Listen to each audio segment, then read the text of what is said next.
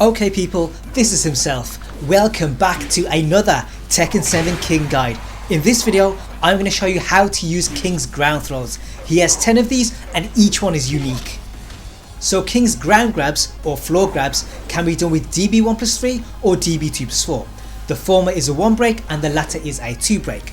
The throw animation though is identical, so the opponent literally has to guess.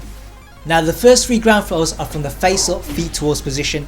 If you do the 1 throw, then you get the head bomber, and if you do the 2 throw, you get the figure 4. Now the figure 4 does slightly more damage than the head bomber, so the incentive is to go for that one. But on a floor break stage, like Forgotten Realm, the head bomber actually breaks the floor, so you can use it to start a combo or extend one.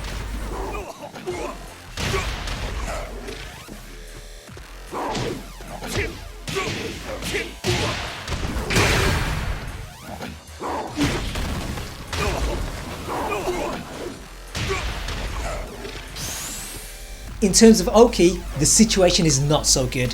There's distance between us and the opponent, and the frame advantage is not great. The best option is probably D4.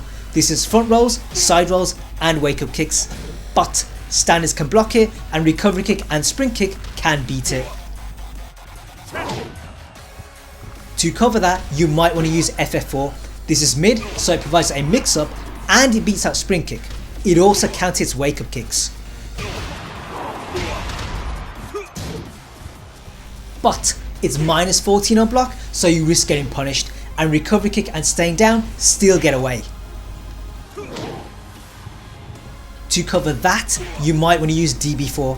This reaches back rollers, crushes low kick and recovery kick, and hits people on the floor. The only problem is that mid kick and sprint kick beats it, and side rollers get away.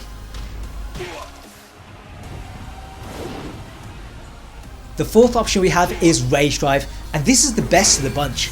Side rollers will get away, but it hits wake up kicks, recovery kick, sprint kick and staying down. Now you would think that recovery kick would interrupt it, but King's Rage Drive actually low crushes it. If it does hit and you get the launch, you could go for a wall combo, but the alternative is to run under and go for a back turned combo. Here you have to delay the burning knuckle, but I do think it's guaranteed. Against standards and back rollers, you will get blocked, but the move puts you at +8, so this is the perfect time to mix up throws and F4.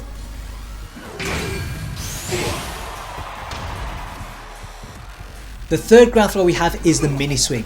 You get this with either input as long as you don't hold down back. Now in theory, this does the most damage, but it's also tech rollable, so the damage can be reduced.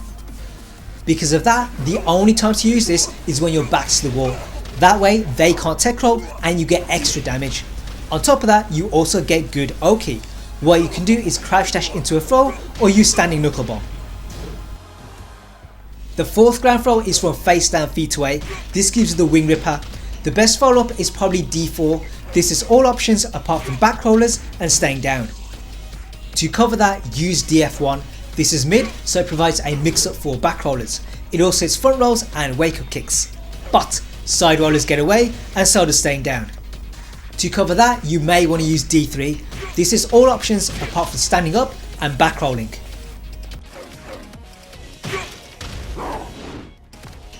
If your execution is good, you might want to go for knuckle bomb. This whiffs against side rollers and can be blocked by standards, but against crouchers it does more damage and it hits people on the ground.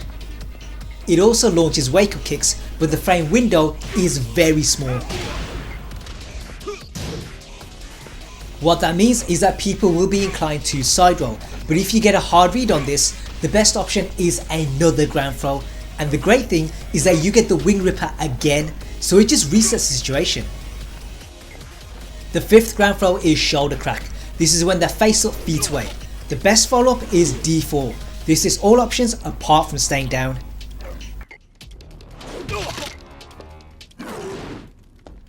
To cover that, you can use alley kick. This is all options apart from standards.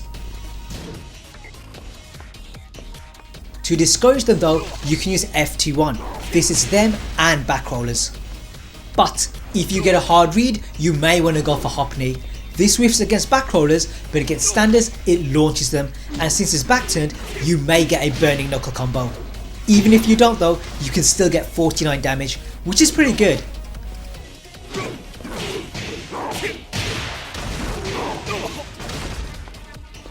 What that means is that people will be inclined to stay down, but if you get a hard read, go for ground throws. If they stay still, then it's the flip over, and if they side roll, then it's another shoulder crack. Speaking of the flip over, this is our 6th ground throw, is what you get when they're face up and we're to the right. Sadly the throw does no damage, but it does put us at plus 26. What that means is that people's elbow is guaranteed, and so is the ground throw attempt. If you want to be a bit more adventurous, go for CD1. This is all options, but against back rollers you get a launch, and that means you do 65 damage. Want to be a bit more adventurous? Go for side step right into brain chop. This launches back rollers and standers, and for the latter you may get a burning knuckle combo. Even if you don't though, you still do 51 damage.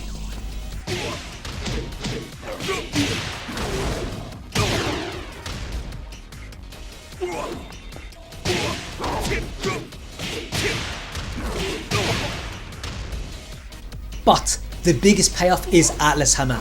This whiffs against people staying down, but side rollers get clipped, and against standards and back rollers you get a launch.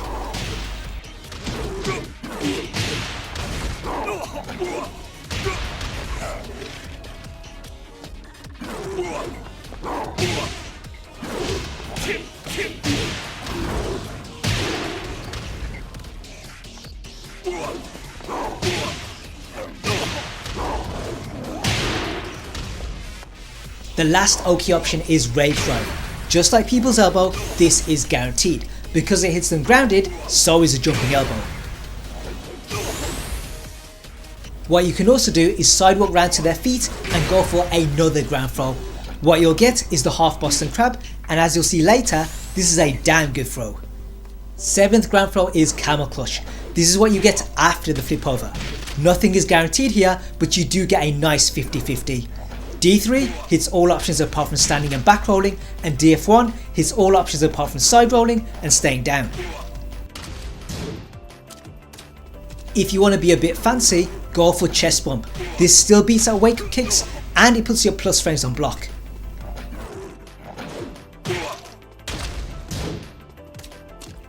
As always, people will be inclined to stay down, so the hard counter is ground throws again. Side rollers give you the wing ripper, idlers give you the bow and arrow stretch.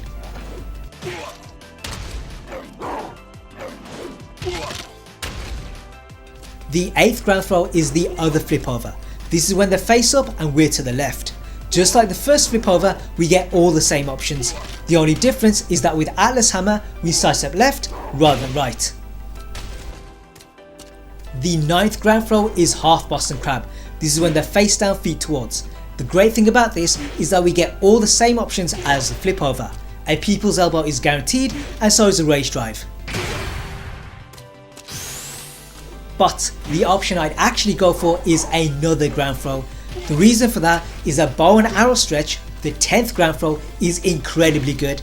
First off, an alley kick is guaranteed, so your total damage is actually 48. But what makes it better is the 50-50 it sets up.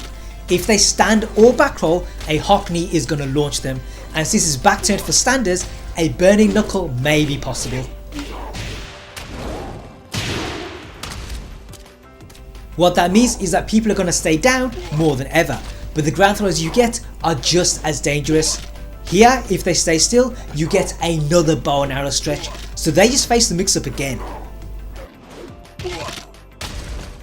If they side roll though, then it's the half Boston Crab, and as we already saw, this can lead to another bow and arrow stretch, so potentially it's a reset with more damage. What all that means is that we have a combo of grabs. As long as they don't get broken, we can do some serious damage.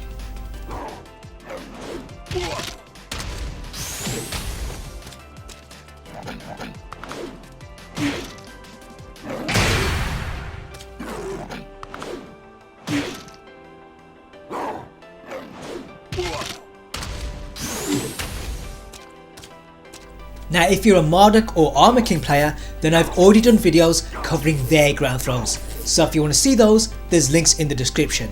If you enjoyed this video though, do give it a like. It really helps out this channel and it motivates me to do more for this character. Looking ahead, there are more King videos coming, so make sure you subscribe if you want to see those. In the meantime, have fun, play well, and I'll see you guys in the future.